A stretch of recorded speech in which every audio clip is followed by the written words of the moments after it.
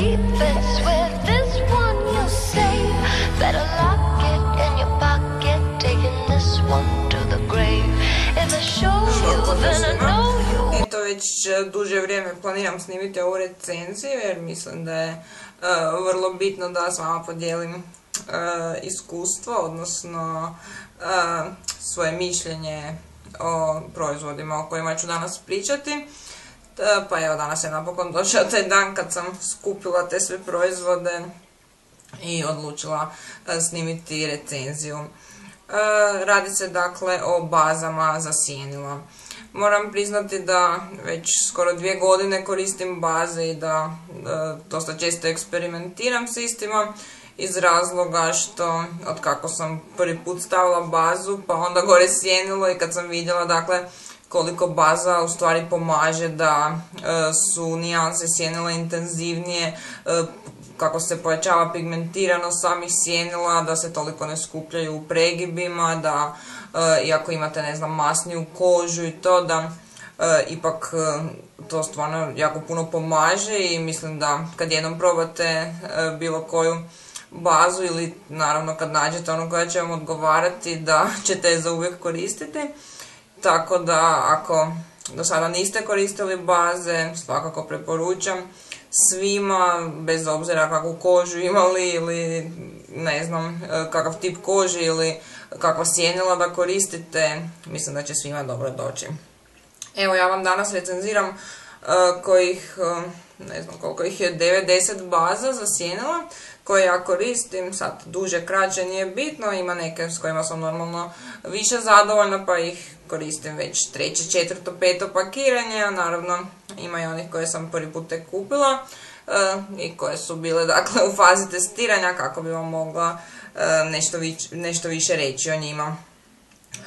Pa eto, ja bih krenula, mislim da sam bitno rekla uvodni dio, pa eto, dakle prvi proizvod, odnosno prva baza je ova tu, Elfova. To je dakle Elfona obična linija, inače ima ona Studio i Mineral, ja mislim da imaju i bazu u Mineral liniji koja je nešto skuplja od ove. Ova tu recimo dođe 1,5 funta, nije ni to skupo, ali ova druga je 3,5 funta iz mineralne kolekcije, tako da eto, koju god da kupite. Ja moram priznati da sam htjela prvo kupiti tu mineralnu, ali nekako, ne znam, sam odustala i onda sam uzela ovu. Uglavnom, definitivno ću isprobati i tu mineralnu jer sam čula pozitivne komentare. Sada samo malo da ja nanesem da vidite. Dakle, ova baza znači dođe kojih 12-13 kuna i mislim da stvarno za te novce da ovako dobru bazu nećete pronaći. Dakle, izgleda i nanosi se kao tekući korektor, ima gore ovaj aplikator, lijepe kremaste strukture, dakle možete bez problema izblendati na očima i također što mi se sviđa da ima malo silikona u sebi, nije onako suha i to, nego baš lijepo zagladi kožu, tako da evo za one koji tek misle krenuti sa korištenjem baze, ovo je definitivno jedan od boljih izbora.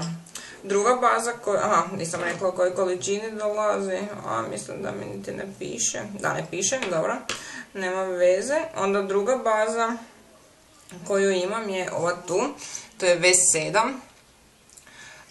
O tom brendu sam vam već pričala, dakle to je jedan britanski brend čije proizvode možete naručiti ili na britanskom eBayu ili na stranici cosmetichouse.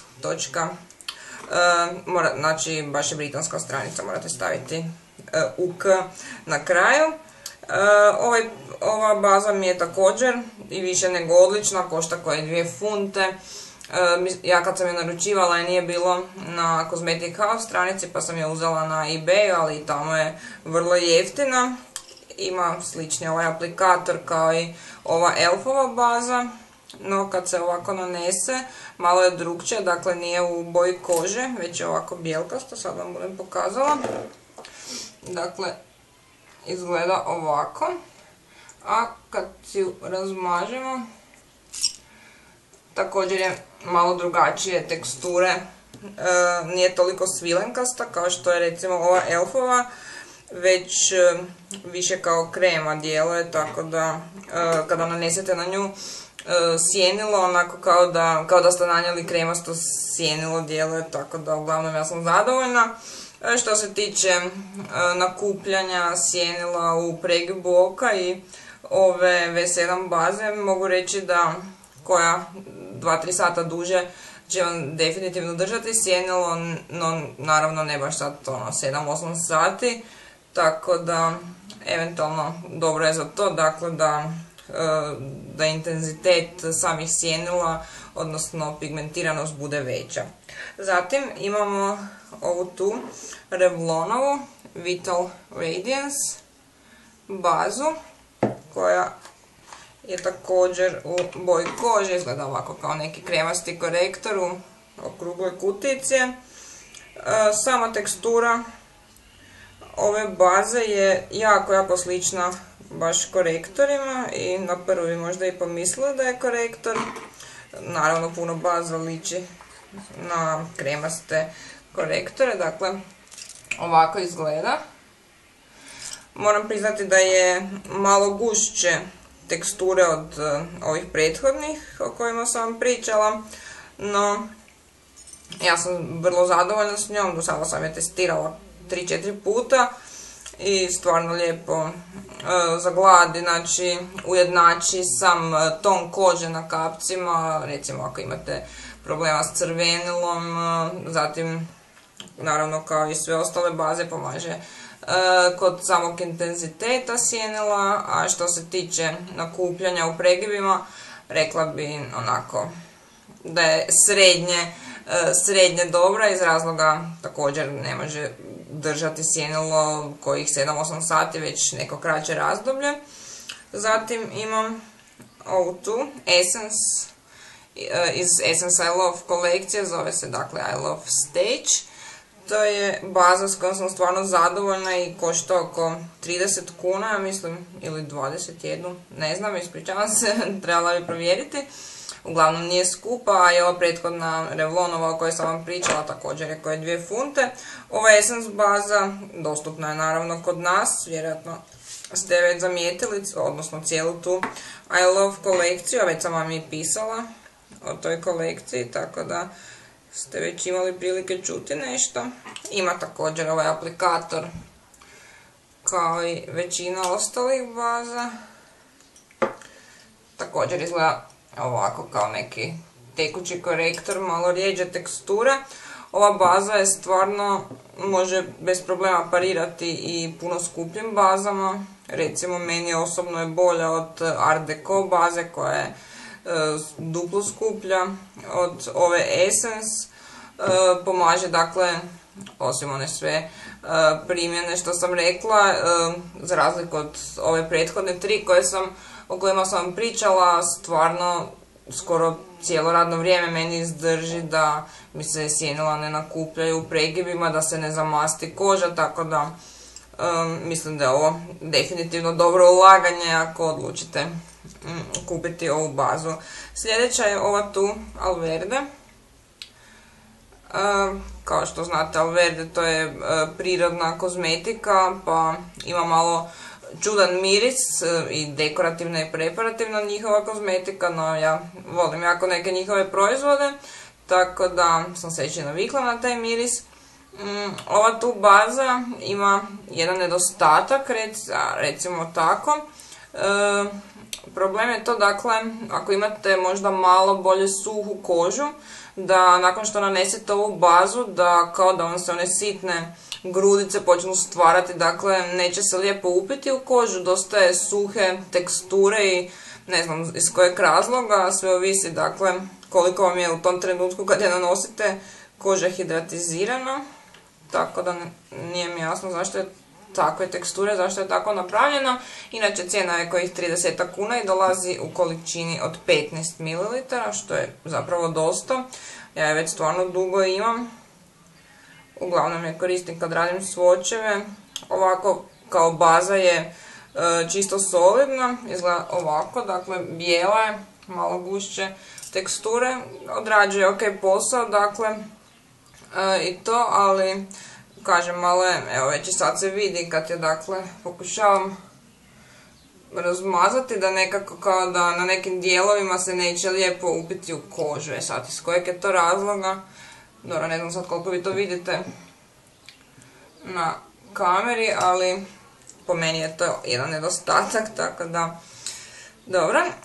Onda sljedeća je ova tu, LA Girl, brand o kojem sam vam također već pisala na svom blogu, zove se Pro Primer, dakle High Definition baza za sjenila, izgleda ovako, dakle kao korektor u stiku, a kada ga nanesemo izgleda ovako, dosta je, znači u stiku je nije tekući, tako da normalno da je drugačije teksture i napravljen je u boji kože.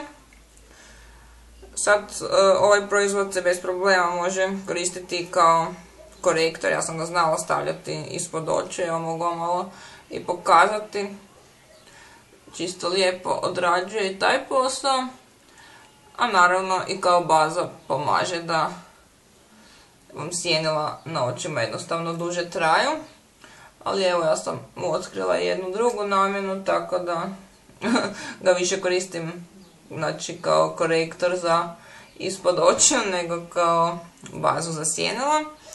Tako da, eto, svako nekim proizvodima može dati neku novu namjenu, tako da, naravno možete i vi.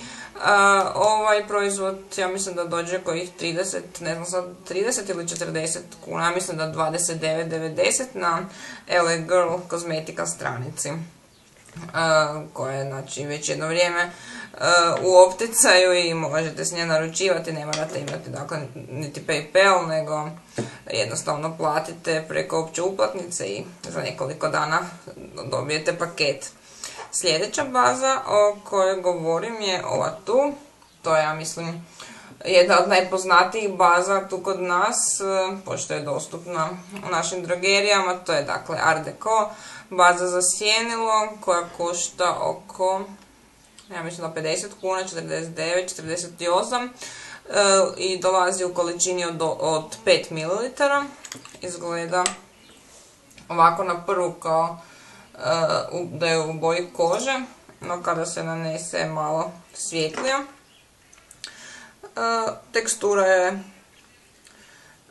malo gušća, dakle nije onako čisto rijetka. Naravno svilenkasta je i lijepo pripremi oči za nanošenje sjenila, no ja moram priznati da nisam nešto pretjerano oduševljena niti zadovoljna s ovom bazom, ili mi je možda jednostavno već dosadila ili sam ih previše probala, pa vidim da su i druge koje su recimo puno jeftinije od ove baze, da su mi za nijansu bolje, tako da eto, to je samo moje mišljenje. Zatim imam ovu tu, to je, znači, Too Faced Shadow Insurance, također baza za sjenilo. Ovo je, znači, travel size ili mini size pakiranje koje sam dobila u jednom setu. Imala sam prije toga i ono normalno pakiranje od 11 ml, 11 grama, ne znam, nije bitno. Cijena mu je na eBayu kojih oko 70-80 kuna i ima ga i na ostalim stranicama za koje sam vam napravila popis, odnosno za online shopove gdje možete kupovati kozmetiku. Ja sam s ovom bazom sam zadovoljna. Također je u jednoj boji kože, odnosno bež nijansi. Dakle, spada u kategoriju malo skupljih baza. Sviđa mi se što je jako glatka i svilenkaste strukture, ima silikona u sebi, tako da pomaže, dakle, ne da pomaže, nego sprječava nakupljanje ovih sjenila u pregibu. I recimo kad usporedim ovu Too Faced bazu sa ovom sljedećom o kojoj vam pričam, a to je ova tu, Urban Decay, to je, ja mislim, najpoznatija baza za sjenilo na cijelom svijetu, tako da kad ih usporedim, rekla bi čak da ova tu, Too Faced, da kad nju nanesete, odnosno kada se ona koristi sa bilo kojim sjenilima, da duže izdrže, da se ne nakupe u pregibu. Dok recimo ova tu, Urban Decay, baza koja je po meni, koju stvarno jako volim i već mi je ovo, ne znam, 3., 4. pakiranje, možete i vidjeti kako mi izgleda već cijela izguljena, stvarno mi je lijepe teksture i kvalitetno je napravljena, sviđa mi se to što je onako kremasta i lijepo hidratizira kožu, evo ovako izgleda.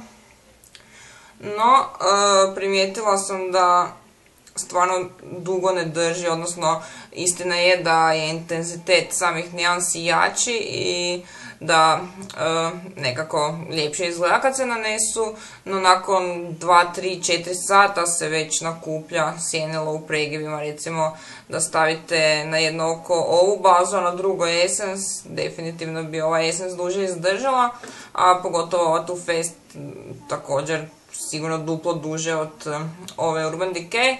No naravno, svako ima svoje neke prioritete i svako preferira drugačije svako ima neke svoje, koja je prava riječ za to, svako ima neke prioritete koje očekuje od proizvoda, odnosno kriterije koji trebaju biti zadovoljeni. Ja uglavnom volim i kad govorimo o bazama za sjenilo, ali i onima za cijelo lice, odnosno za tekuće podloge, volim da ima malo silikona u sebi jer mi se čini da taj silikon nekako najbolje stvara taj film na koži koji zapravo priprema za daljnji proces šminkanja. Upravo to će biti i tema sljedeće recenzije, dakle govorit ću vam o svojim bazama za tekuću podlogu koje sam do sada isprobala, dakle koje imam i o kojima mogu nešto više reći. A također bih htjela napomenuti da ukoliko vas neka od ovih tu baza za sjenilo koje sam vam sada spomenula i ukratko vam ispričala, da ako vas neka posebno zanima da možete ostaviti u komentarima pa ću ja napraviti jednu normalnu recenziju sa malo detaljnijim slikama i objašnjenjem o svakoj, mislim o toj bazi ako ste eto za neku više zainteresirani. Za danas bi to bilo sve.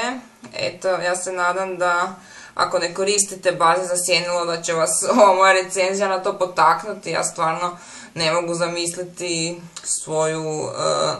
svoj proces šminkanja bez baze, tako da mislim da nećete požaliti ako isprobate bilo koji od ovih proizvoda. Evo stvarno svaki barem malo pomogne i definitivno će vam sjenilo ljepše izgledati sa bazom nego bez baze. Eto, hvala što pratite moj blog i što ste vjerni sljedbenici, tako da, eto, budite tu negdje, uskoro će biti najavljena nova darivanja, nove nagradne igre, tako da pratite pozorno. Eto, to bi sad stvarno bilo sve, pozdrav i bok.